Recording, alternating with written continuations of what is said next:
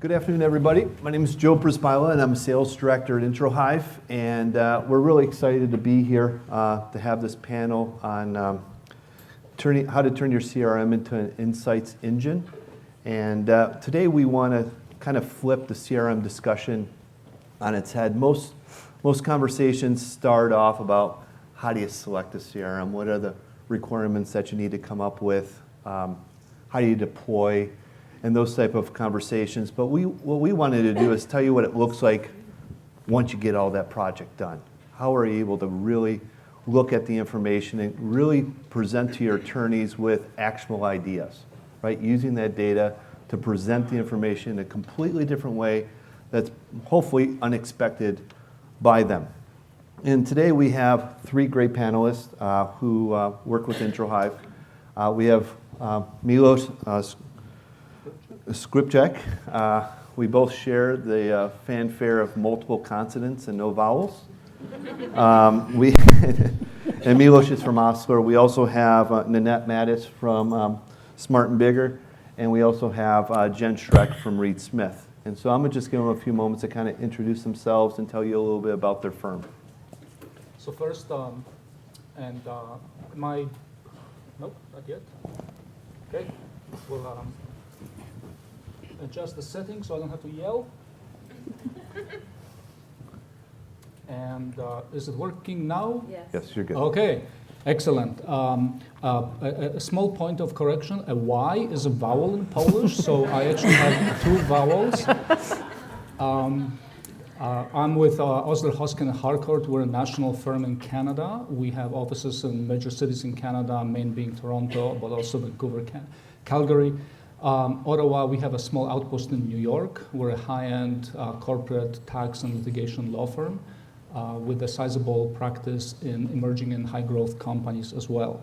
I'm giving you this context because, as you will see from some examples later on, it will become, I think, quite valuable to understand what firm this particular solution, Introhive or CRM system and other tools are located in, because the nature of the firm will drive the way we adopt those systems and then how we utilize those systems. We have about 470 attorneys or lawyers, overall about 1,200 people in Canada and the US. Thank you. Nanette? My name's Nanette. I'm with a firm called Smart and Biggar, and yes, that's actually a real name. We are a venerable old intellectual property firm. It's a national firm. We have about 100 legal professionals across the country, and we have very deep relationships with firms in the US.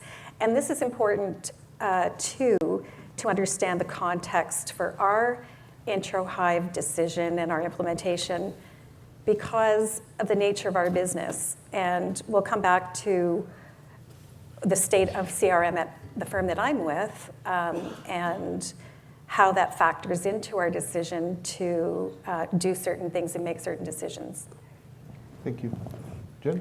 Hi, I'm Jen Schreck from Reed Smith. We are a global corporate firm with 28 offices in 9 countries, I believe, 8 or 9 countries, something like that. I lose track sometimes.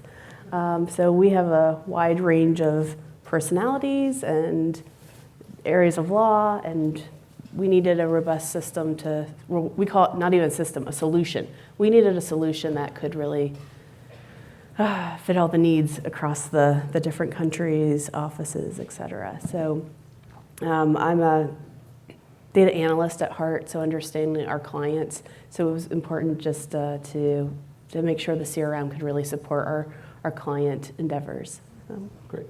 Hey, Jen, can you start off telling us a little bit about your current state of CRM? What are you using? What are the other, from your CRM, you have additional components, like Introhive is helping you drive a lot of the relationship intelligence.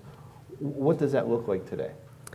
So right now, we're using OnePlace as our CRM with an integration through Introhive. We're also using Future. We're integrated with 3E as our billing system. We also have an integration with our SharePoint. So we have a lot of different applications coming in through it.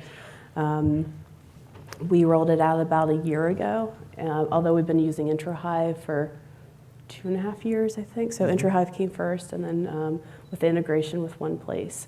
So we're still on a development pathway, but we have a good group of people using it. Admittedly, we have only a small group of lawyers, but due to our history at CRM, we really wanted to establish a solid foundation with data that the lawyers could react to and relate to before we integrated more widely with them. If they were staring at a blank solution, it makes it difficult for them to care about why they should enter any information. So through Introhive, Right. pulling in some relationship information, and from 3E, our billing, so it's important to have the right partnerships within or application integrations to make it worthwhile to them to care. Great. Nanette, what does your state look like? So our state is we have a dual sort of state, and I'll explain that. In intellectual property, it's a very transactional business on many levels, but at the same time, we have a very robust advisory practice with litigation and other practice areas. And so we have a very sophisticated operations technology platform in place that's an enterprise system to manage our client matters.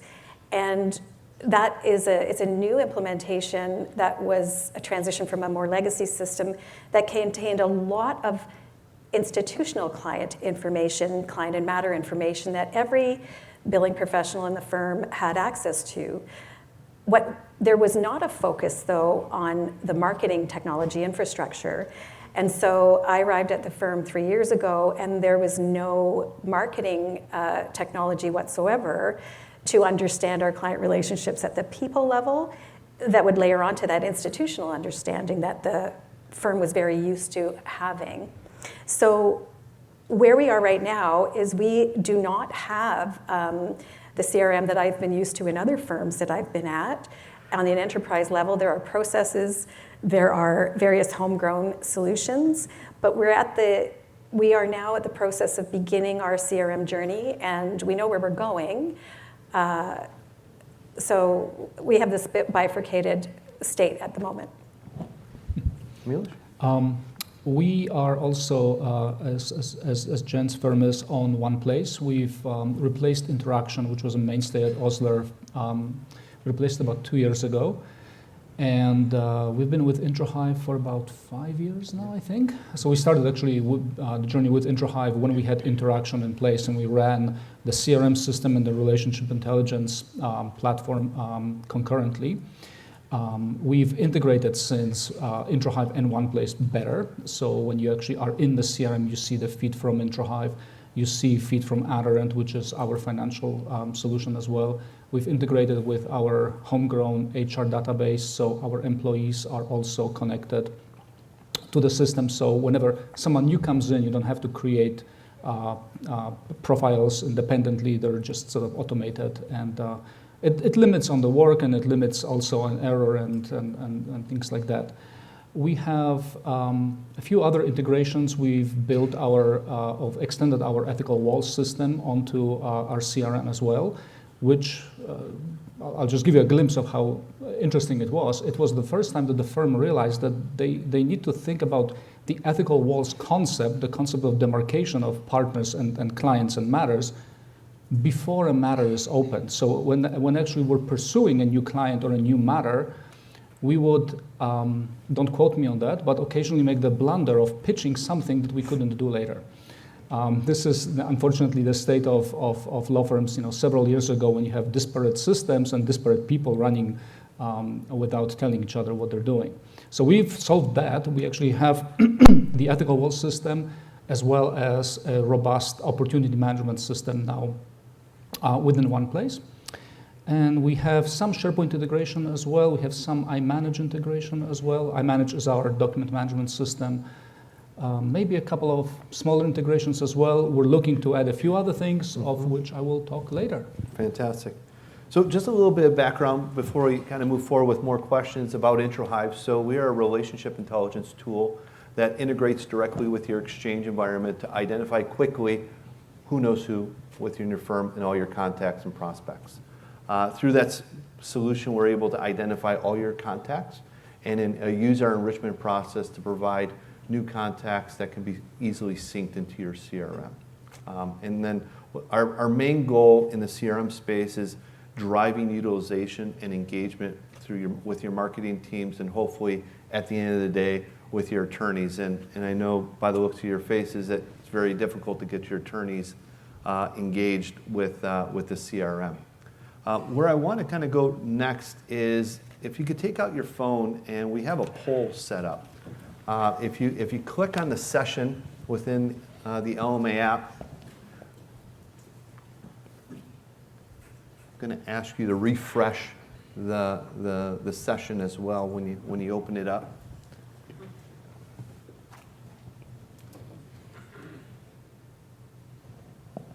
And now that you're on the app and you're in our session, there's going to be a button that says poll, right?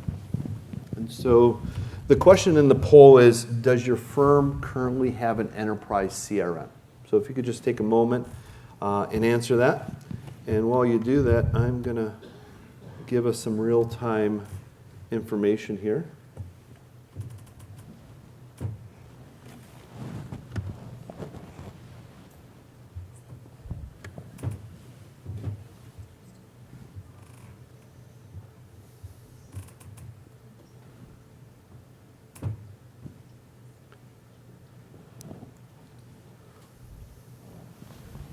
There's only one question, so it shouldn't take too long, pardon me.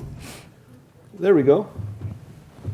And I think the answers have come in line with almost every poll or survey that we've seen before. So the number one result, as it's going in real time here, we'll just do it one more time.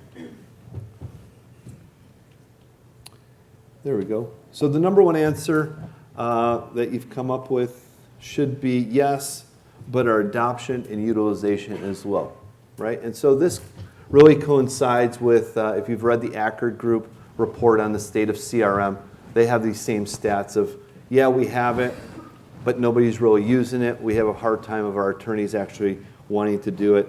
And then the lowest answer right now is yes, but we are considering changing or upgrading a CRM. So there's 11 of you folks who are in that position right now.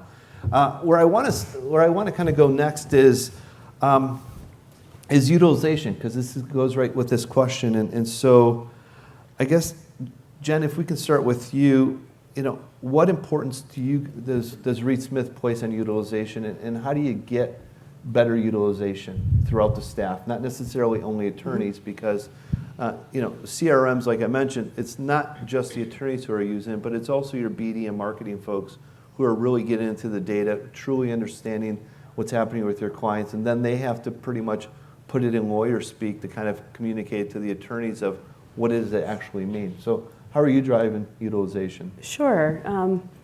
There were two things that we had initially, from the very beginning, were key to us.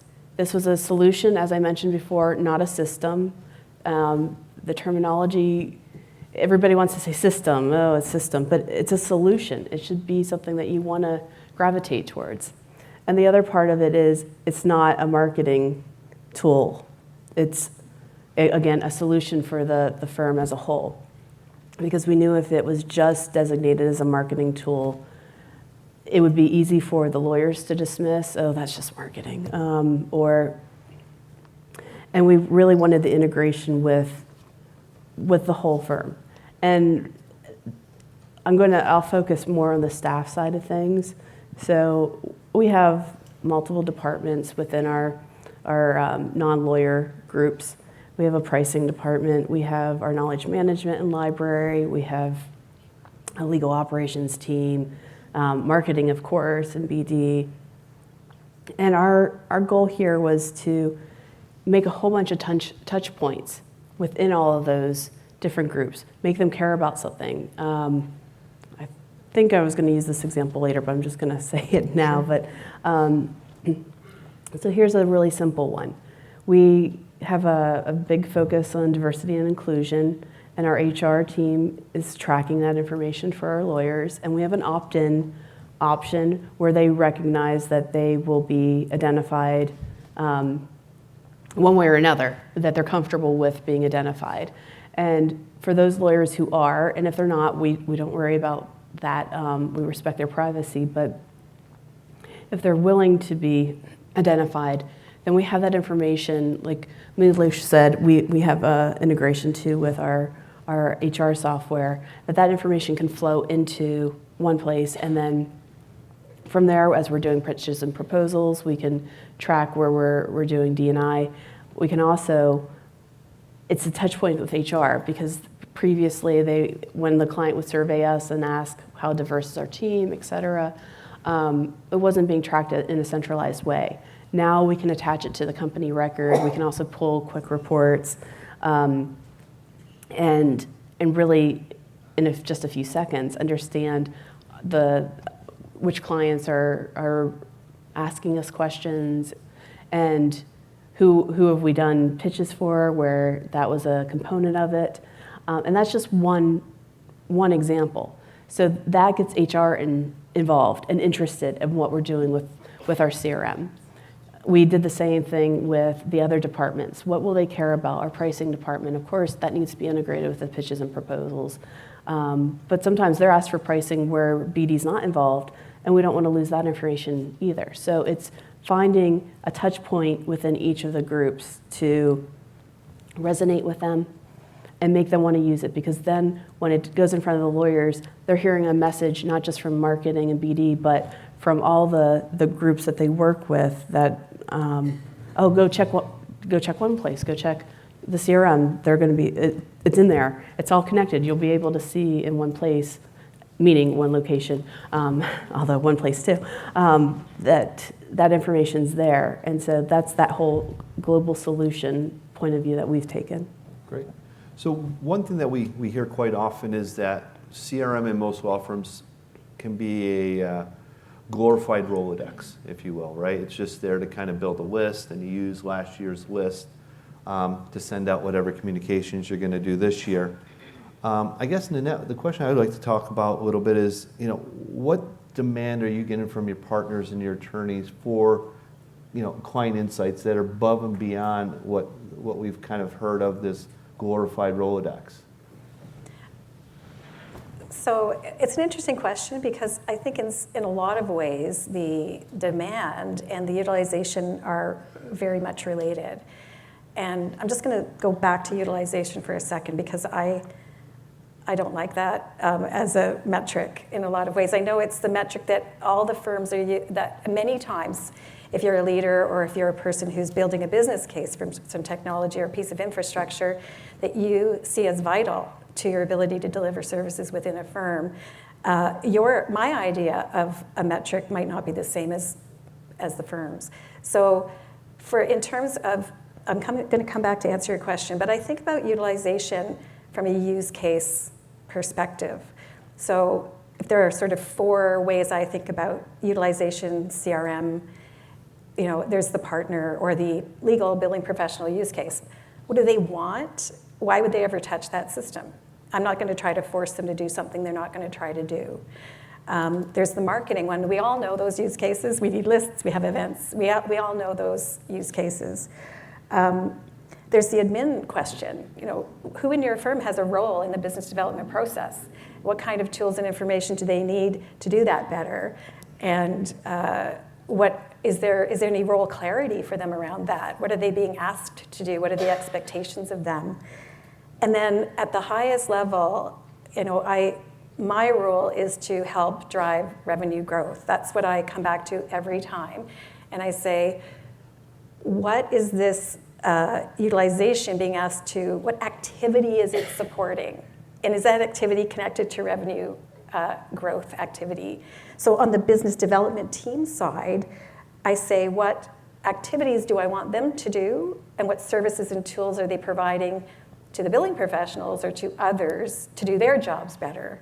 So I think it's a very complicated question, and it's not just about metrics and ROI, it's also about behaviors. There could be skill gaps, there's motivation gaps, there's all kinds of reasons why people don't want to touch that CRM system.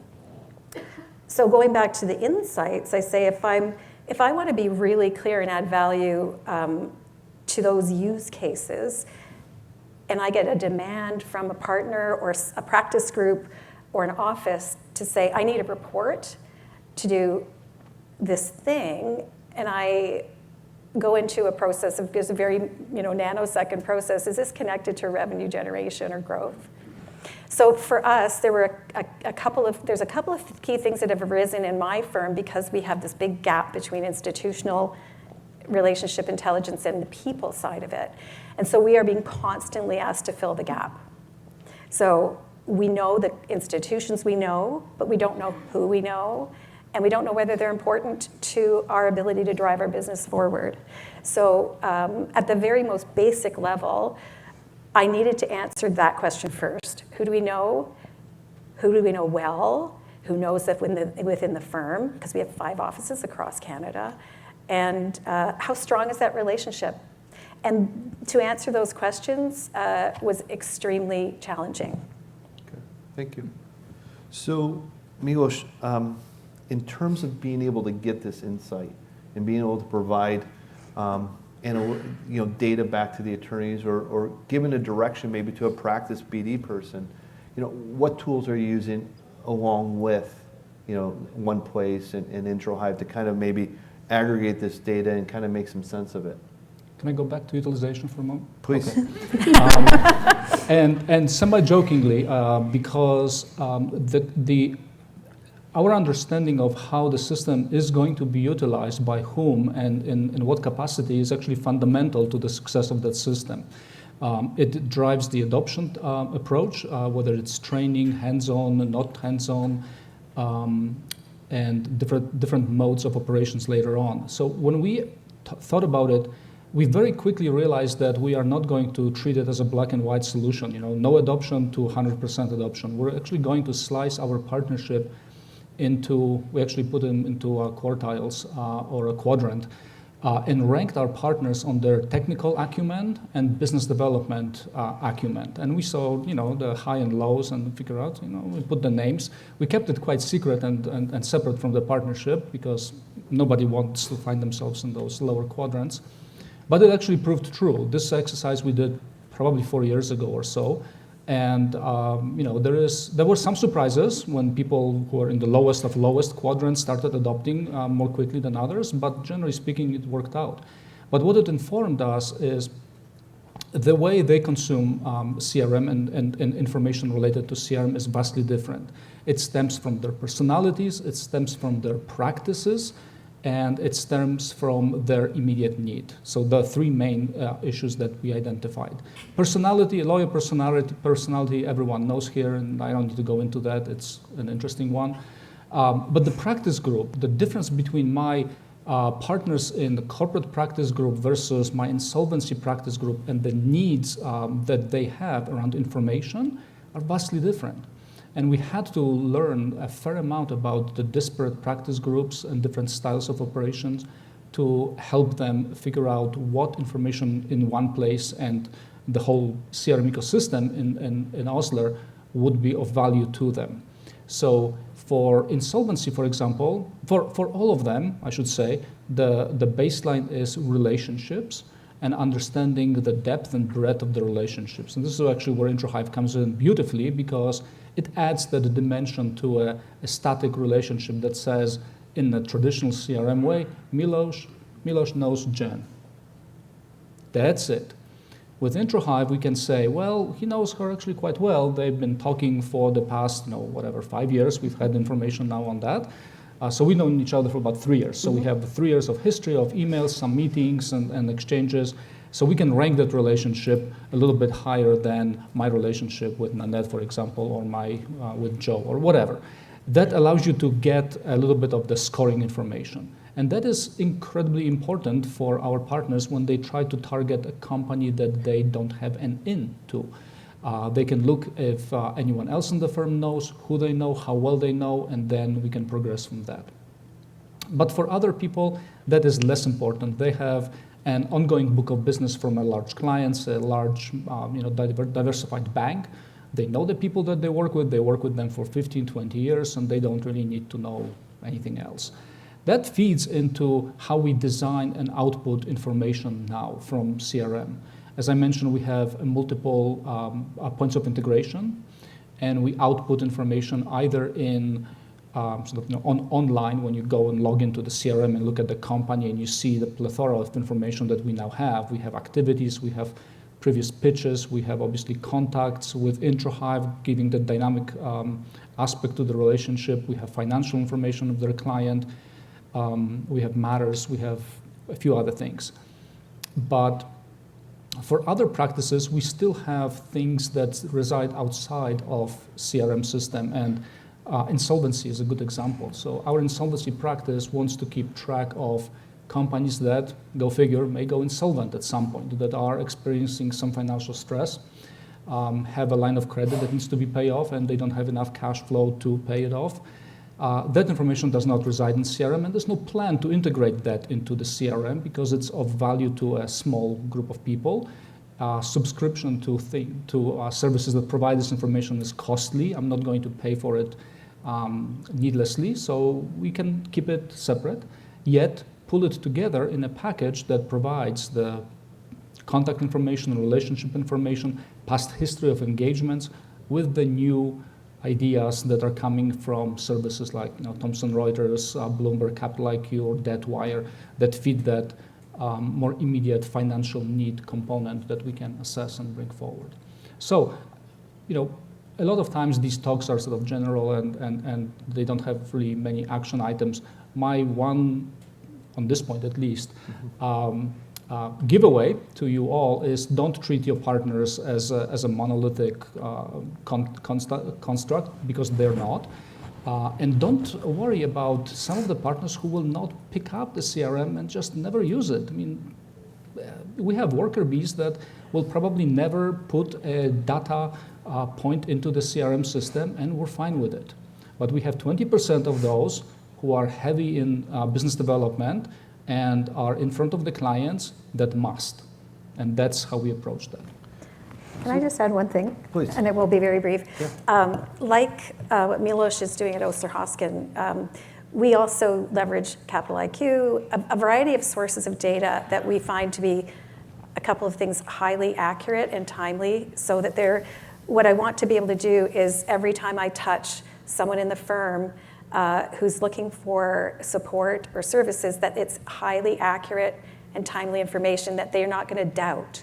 Because I've been in other firms in the past where something cast doubt on the product that came out of the team, and then forever after that, the system was no good and nobody wanted to use it. So we use Capital IQ, Introhive now, and a variety of other sources of market data and client intelligence to pull together custom packages of information as per the need of the person, where they are in the firm, whether they're on the patent prosecution, litigation, or some other part of the firm where their needs are very different. Mm-hmm. So, Nanette, what are some of those outputs? Like, what do those reports look like? What's the information that you're providing to maybe a litigation partner or labor and employment partner?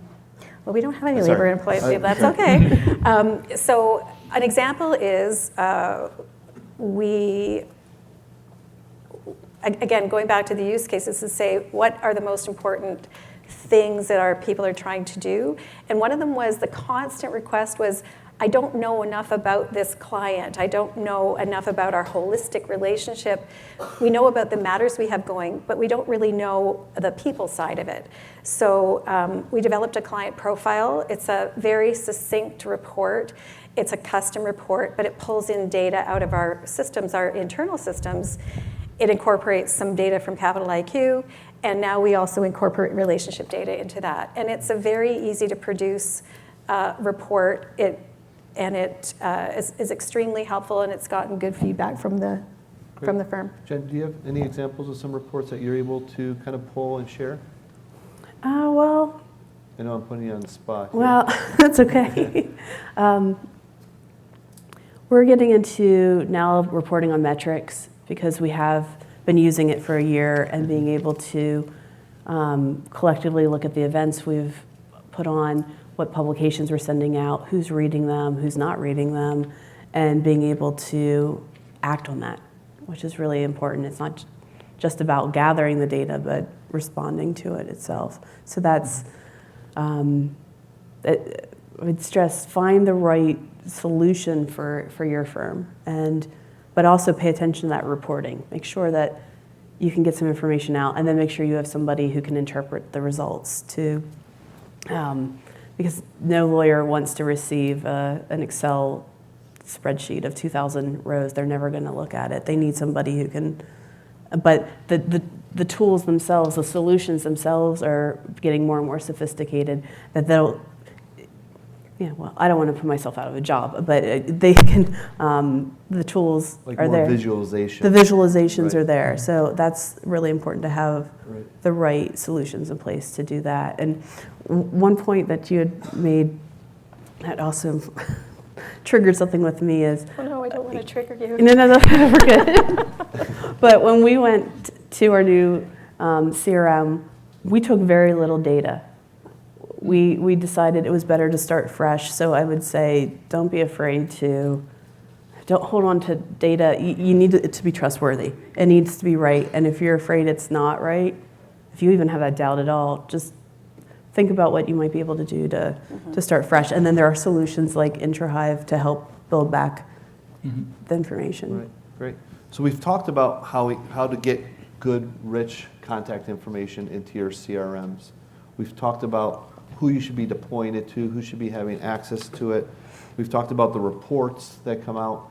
I guess, Milosz, can you talk a little bit about maybe some opportunities that you've been able to generate with all of this insight? So giving these actual ideas to your partners and them coming back and being able to come up with a new piece of business. Sure. It took us a while to actually change the sort of the internal gaze of the partnership, looking at their own numbers and how many hours I did, how many hours someone else did, to start looking outside. But once we've done that, it actually opened up quite a few opportunities. Because we use Introhive as sort of an automated, if you will, I don't like the word monitoring tool, but intelligence capture, relationship capture tool. We're able to bring that information back to our partnership. And one simple example, but one that speaks to the value of immediacy and automation, is that I was doing a bit of a research for a partner who tried in vain for a few years to break into establishing meaningful relationships with a particular group within a large bank. And so he established a couple of relationships, wined and dined for a couple of years, took to numerous hockey games. Nothing came out of that. And he called me and said, well, is there anyone else in that group or the broader group within the bank? And I started looking. I identified a handful of people, but to my dismay, I was not able to identify any contacts within Osler that would give us an in, even a third degree relationship. So frustrated, I left it for a few days, and then I came back to it because I actually had to prepare some brief and deliver the bad news. The news was half good, half bad. I found the people, did not find the connection to them. And as I was preparing the brief, as I was actually typing it, I was still looking things up in Introhive in one place, and I noticed that a lateral partner that we just hired a few days ago, or prior to that, emailed both of those contacts. And she came from another law firm, obviously. Clearly she has established relationships, and most likely was just giving them a heads up that now I'm at Osler, and here's my new phone number and address. And it was wonderful. It made my life much simpler. I shipped it over to the partner that was requesting this. Have not heard from him though, so I need to follow up to see if he actually did anything with it. But the information was good, and without that, we would experience either of two things. Either this information would come in later because the new partner would mark those people as I know them in the CRM, or it might not happen because we found that we have way more people in the Introhive universe of contacts than we have in one place. Yep. That's a funny story, actually. Our associates do not keep contacts in address books. I don't know if you've experienced that, but I've talked to a bunch of them, and they do not have address books anymore. Partners have the 10,000 entries address books still, but associates don't anymore. But how accurate are those address books? Yeah. Yep. I have one partner who's probably 90% accurate on the 10,000 address book, but most of them are probably 50% or so. So that's where one place and Introhive come into place. That's when you cleanse it. That's when you frankly disregard the fact that there is 5,000 addresses in someone's book, and you look at the whatever subset of those that they've spoken to in the last 90 days or 6 months or a couple of years for those live, meaningful relationships. Actually, this is it's such a relevant and interesting story too, is that we engaged Introhive. If I go back to where we are in our CRM journey, we were at 0 because I'd done 3 business cases to our executive committee who turned them all down. And for very good reason. We were in the middle of a very significant firm-wide operations technology implementation, and all of our attention was over there. And so, but I did sneak in I think of it as sort of the crawl, walk, run. So how can I crawl towards CRM with all the attention being on these other projects? And I got approval to bring in Introhive to just help us build our data, because I knew with huge confidence that the data that was in our marketing homemade systems was really not at all good quality. And we were putting so much effort into our marketing programs and our client development programs without any good data. So we turned the system on. I spent more time on the business case and getting the money for the project than I did in just implementing it. So we turned the system on January 31st. And the first report that I did to the executive committee at the end of February, we had 35,000 people populated in the system where there were 0 before. And they're growing now in terms of the metadata that's connected to the people. And there are more than 8,500 unique organizations in our data. And the story now I can tell to our executive committee about moving towards a CRM implementation is there's no issue around adoption or utilization, because the data's there, it's accurate, and now I can just present it through another lens and create the tools and services around that. Yeah, we had, I'll just follow up on that. We had a very similar experience. The moment we started introducing Introhive more broadly, because first we kept it into the business development group just to get our feet wet, but then we introduced it more broadly. And with it, we introduced a couple of tools that come with the solution, and that is the automated contact sync, whereby you get an email on daily or weekly basis, however you want to configure it, that says, hey, here are some of the new contacts that you've been having conversations with. Would you like to add them to the CRM system? As well as meetings. So new contacts, new meetings, and new companies. And we now have adoption dashboards within one place within our CRM system that tracks the number of new activities, new contacts, new companies. And since we've introduced that, it's just been growing steadily. Now, some of that would have come into a CRM system anyway, but this allows much better capture. Again, eliminates errors, because what you do is you sync an existing record with a couple of clicks. There is no retyping.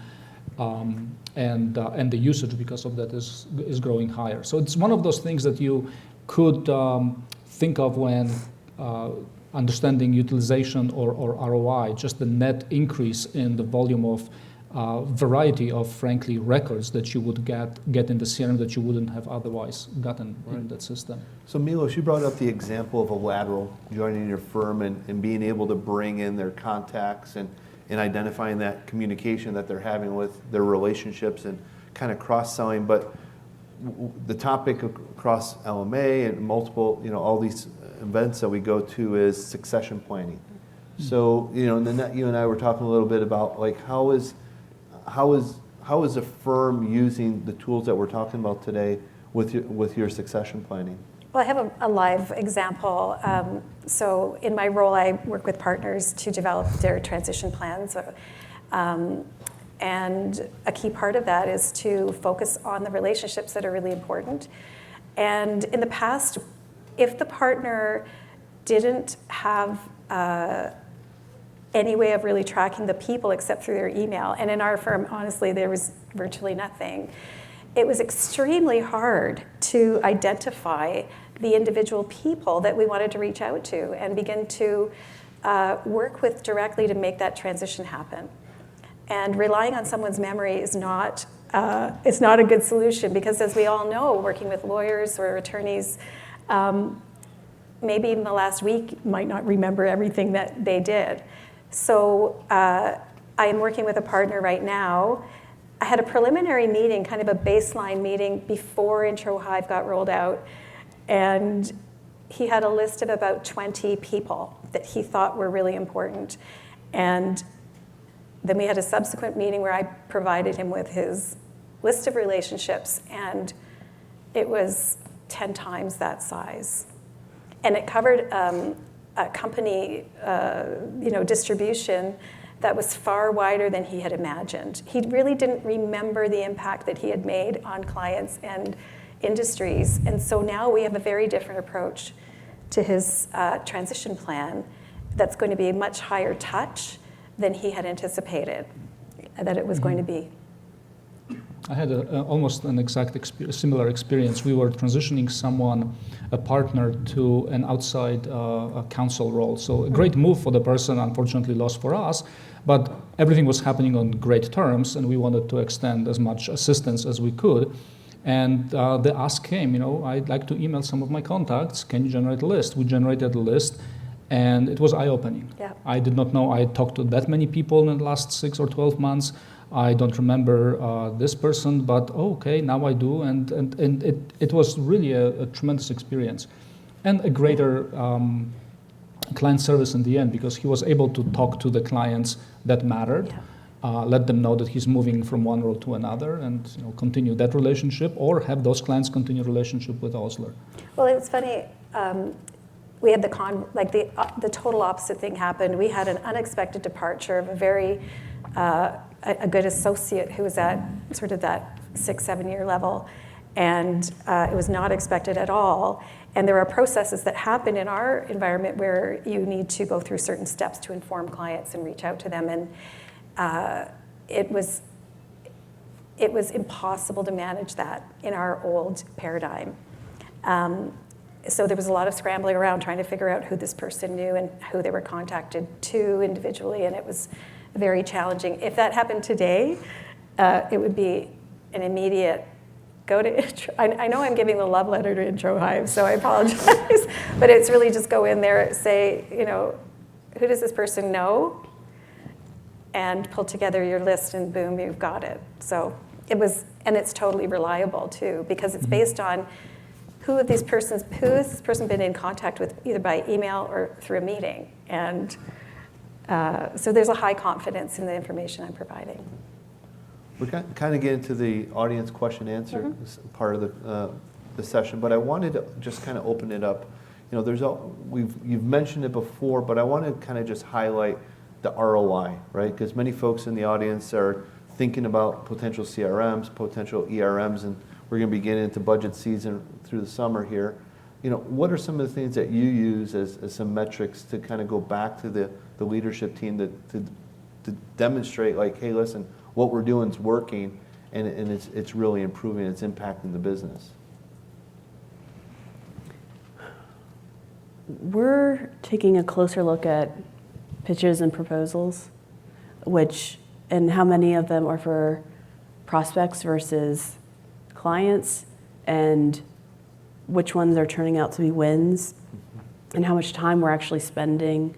I'm pretty sure we have a metric in there of how long did this take you to prepare. So if you just spent a week on one RFP for a less significant client, and then we don't get the work, then maybe it gives us more power next time with the go, no-go process to say, this really isn't a good use of our time, which, well, with lawyers, it's but still the idea of really being able to dig into what we're focusing our time on, and being able to go back to management about that is really key for us. So that's something that, from an ROI perspective, has been very important to us to measure.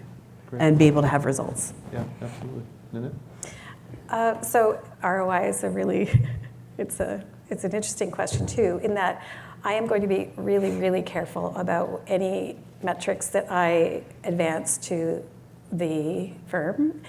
And I'm going to start out very small and maybe have one. And right now it's how many contacts do we have now that are actually usable in our platform versus what we had before we turned to this new solution.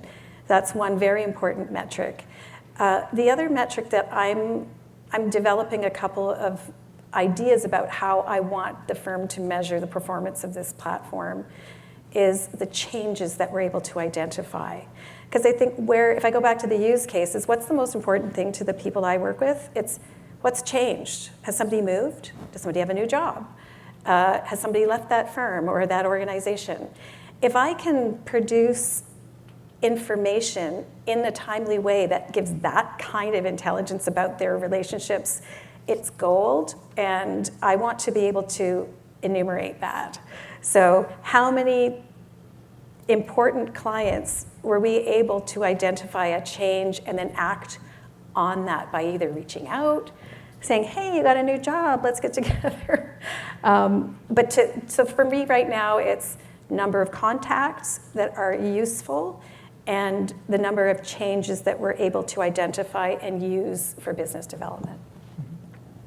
We have actually a similar approach. We abandoned the idea of having an ROI that's actually a numerical value that says, we saved you $1 million, so we generated $5 million, because that's a pipe dream. I don't think we should spend any time of trying to actually do a CRM evaluation based on a number like that. But we are paying a lot of attention to the small numbers that comprise the CRM ecosystem for us. So number of contacts, number of good contacts, number of activities in the CRM system. We track referrals, we track proposals, and every time data is output of the CRM system presented to the firm, to the partnership, and the data is accurate, up to date, and informs a decision, that's where you get the return. Now, there is a lot of that data, and you have to be quite careful about managing it, but that's how you build a successful CRM system, not by claiming some absurd number, frankly, that, I dare any one of you to connect a CRM system to a meaningful revenue number. Do any of you have I will take up your dare. Sorry, just kidding. Next year at LMA. The dueling CRM reports. Do you have a quick success story, something that's on top of mind where you had an aha moment with a partner, an attorney, where they, not necessarily that they were a doubter or they weren't participating, but you were able to come with some information that you had gathered. And, I always think of the scenario, you walk into somebody's office and said, Bob, I was thinking about this client and we found out this information that might help you. You have an example? Are you asking me? Oh, I'm joining the group. I can start with the example I shared with you at lunch. Yeah. This is a very recent example where with 1,700 lawyers, there's a lot of activity and a lot of people know the same clients or groups, but may not even right hand, left hand. We're trying to join that together so that we know what's happening. And through Introhive, we saw that a pitch had gone out and the client relationship partner wasn't aware of that, but the business developer involved spotted it through Introhive and mentioned it to the relationship partner. And he could have gotten angry that this was going on without his knowledge, but instead he said, oh, I wish I would have known, and now that I do know, let me make a call. And he actually opened the door for this opportunity to succeed and give an in there because, so it was really great how that came together by just having a technology that we didn't have to do anything except look at it, and it brought it together. And I think that pitch ended up being successful because of the joining of forces. Fantastic. So I have a really simple example. So our marketing team was working on a project, and it was in a new kind of niche area that's growing within our firm. And collectively, all of the billing professionals that are in that group could not come up with a good list, and because it was net new in our system. And so we just started with say, look, why don't you give me these types of people and companies? We went into Introhive and there was like 57 people that popped out, that there was nothing there was no way for us to generate that list before. So it's a really simple, but it means something to the people who are sweating it out and trying to make that event work. And if they can't get the right people in the door, then everybody goes home with a long face and says, okay, we don't want to do that again. Right. So it made a big difference. Right. Thank you for sharing. Milosz? I don't have a specific example, to be honest. Right. I can't think of any. But I think a lot of our successes come from being, for the first time, able to get our lawyers to have as close as possible to a 360-degree view of a client, whether the client is a contact or an entity. We can bring a lot of history. We can bring all the details around relationships. We can bring all the referrals that we've done or received from a particular company. That totality, when placed in the hands of an informed and willing partner, is frankly enough to enable them to proceed. Right. And that's where the sort of the demand meets the supply very nicely. And we've been quite successful in that. We've, over the last year or so, I think, we've started producing a tremendous amount of custom reports and custom dashboards. So one place allows you to actually create a custom dashboard so it recognizes who is logged in, who's viewing the dashboard, and you can see everything that's of really importance to you in terms of business development. Pitches that you're involved with, pitches that involve the clients that you're working on, but you're not necessarily involved with. A totality, essentially, of the business development in Osler, which, by the way, I should mention that, is a very open firm. We don't have many silos between practices or offices. Other firms are different and more siloed. We are very open. And consciously, we allow as much of the information be visible to as many people as possible while maintaining ethical walls and some privileges within the system. But that totality, bringing the complete view of the client in front of the partners, is, I think, the greatest success right now. Great. And we're going to continue adding to that. Great, thank you. So I'm going to open up the floor. Does anyone have any questions for the panel about their CRM experience and how they're providing insights to their teams? We'll just keep talking if there's no questions. So. Yes, ma'am.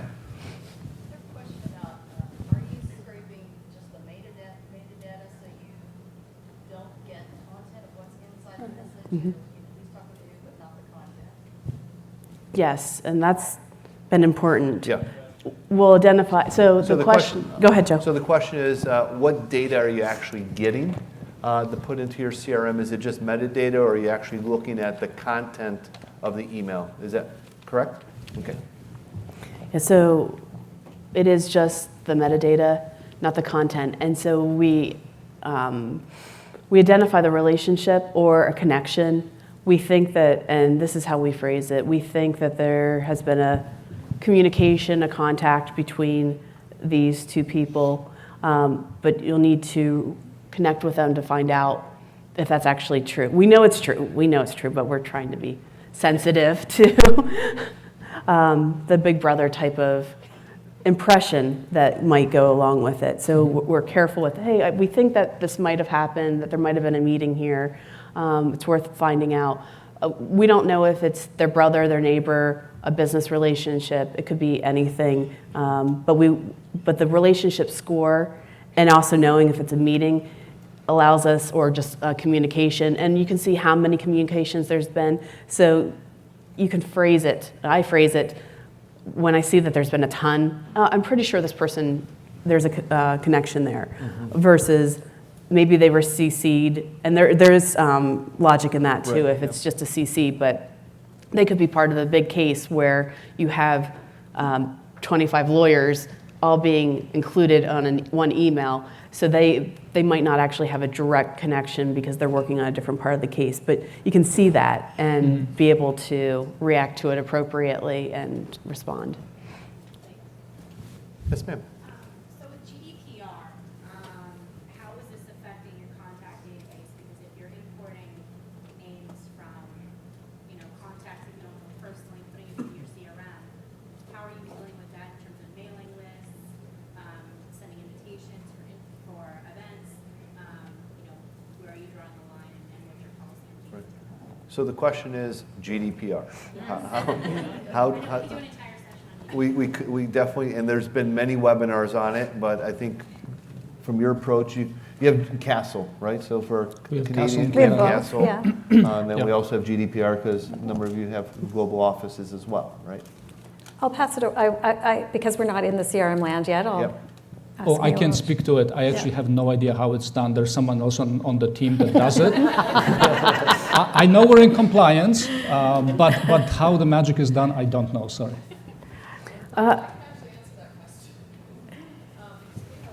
Wait 1 second, I'm gonna come with the mic.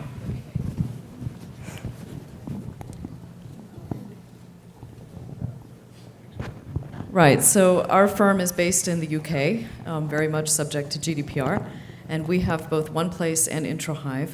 And so when GDPR was implemented on, I think it was May 25th, 2018, we had to be all ready for that. So we had to make sure that all of our contacts for marketing purposes were contacts that we had met through the promotion or sales of our services, if you like. So having met that definition, which a lot of them do, actually. There's very few that don't, if you take a fairly liberal interpretation of that. Then you can have them in there. And you must ensure that any marketing communications that you send to them electronically have an option to unsubscribe. So as long as you're meeting that obligation, then your stuff should be okay. Although having said that, disclaimer, I'm not a lawyer, but you can talk to the Bird and Bird lawyers if you need to know more. So, yeah. Thank you very much. And that's what we did too. If they're clients, we have a reason to be communicating with them. But it's also, and full disclosure, we don't have the sync between Introhive and OnePlace, so we're not bringing those directly into OnePlace right now. But that will answer it if the lawyer is clicking on Add Contact to OnePlace. Then that helps address it. If they're already, and then once they're in OnePlace, we can see, are they a client? And if they're not a client and it's being pulled in as a prospect, then we can send out the language we need to make sure they're okay with being in our CRM. Great, thanks, Jen. Any last questions? Yes, sir. Jen, I think you said that one key to your rollout was that you were able to incorporate HR data into the CRM. In my firm, my HR department objects strongly on privacy or some regulatory grounds to sharing any of the data that they track. How did you overcome that objection? Okay, so we're talking about HR privacy data. We don't bring everything over from there, and we use PeopleSoft for that. And what we've done is worked with our IT to have a data warehouse that talks to PeopleSoft, brings in the information they're comfortable with sharing with us, and then the data warehouse pushes it into OnePlace. And most of the information that we do bring in from HR is not controversial. I think the diversity and inclusion information is the most sensitive there, and that's when initially we did not bring it in. But now that we've rolled out a huge initiative to make sure that it's clear. In fact, in PeopleSoft, there are 5 different categories to say, I agree to be publicly named to the client, and if you don't check that, then that doesn't come over. But if you've acknowledged it, and you have to acknowledge it, it doesn't just opt you in, then once HR had that in place, they felt very comfortable. The lawyers have agreed. And if they've agreed, then there shouldn't be a problem. Stuff like compensation, et cetera, that would never come over, and there's no reason to. It's the information we need to know for the client relationship part of it. But diversity and inclusion is a huge part of that client relationship these days, so we had to do that. Yeah, same for us. We have an integration as well, but only bring the innocuous data that's already available on our intranet anyway. But it's now integrated into OnePlace as well. And once HR also sees the benefit, and this is why we've taken this approach of finding what resonates with each group in particular, but being able to do reporting in a way they've never been able to do. And then there's the lateral integration or departures and having all that just connected, so it reduces their workload. They don't have to notify everybody, and then somebody else doesn't have to update. There's also one version of the truth, keeping everything automated. And once they realize that benefit, so you have to find the benefit that will appeal to them. And in the end, it moves them nicely to the alumni group. Yes, of it does. as The well, alumni and is a huge allows part you of to it, too. manage that segment as well. Yes. Yeah. Well, I'd like to thank Jen, Nanette, and Milosz for your candid comments today and sharing your stories. And hopefully folks were able to get a lot out of today's session. And I hope you have a great event and conference. Have a great day. Thank you.